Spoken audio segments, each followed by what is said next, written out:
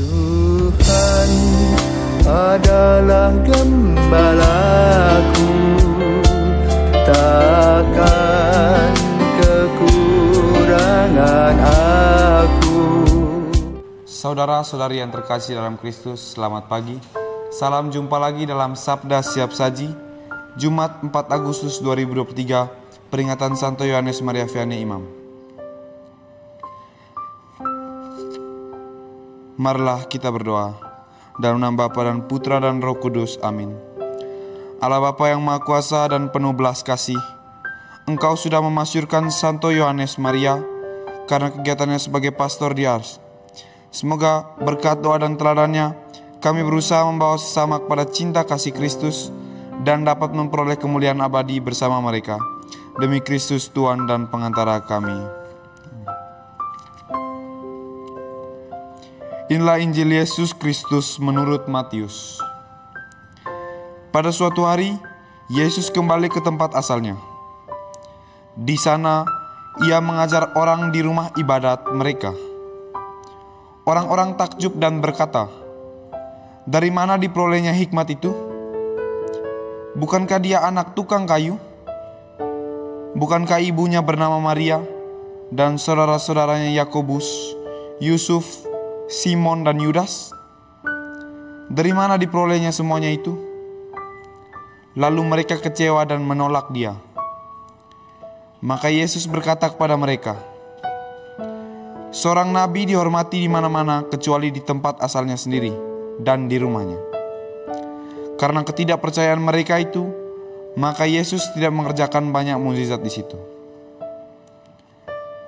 Demikianlah sabda Tuhan.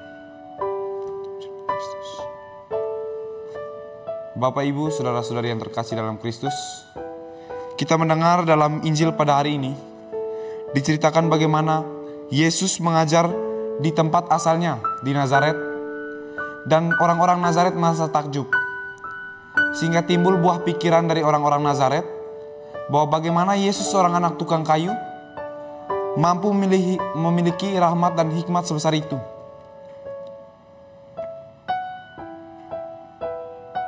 Dalam hidup, kita memiliki pandangan masing-masing terhadap orang lain.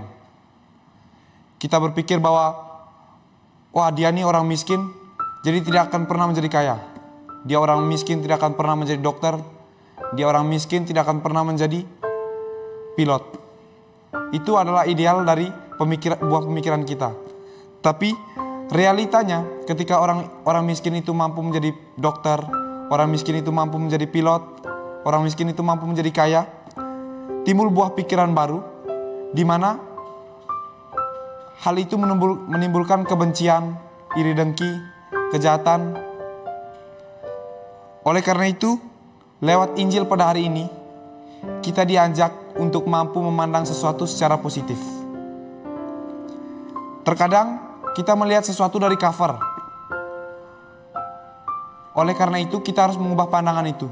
Harus mengubah mindset kita yang salah.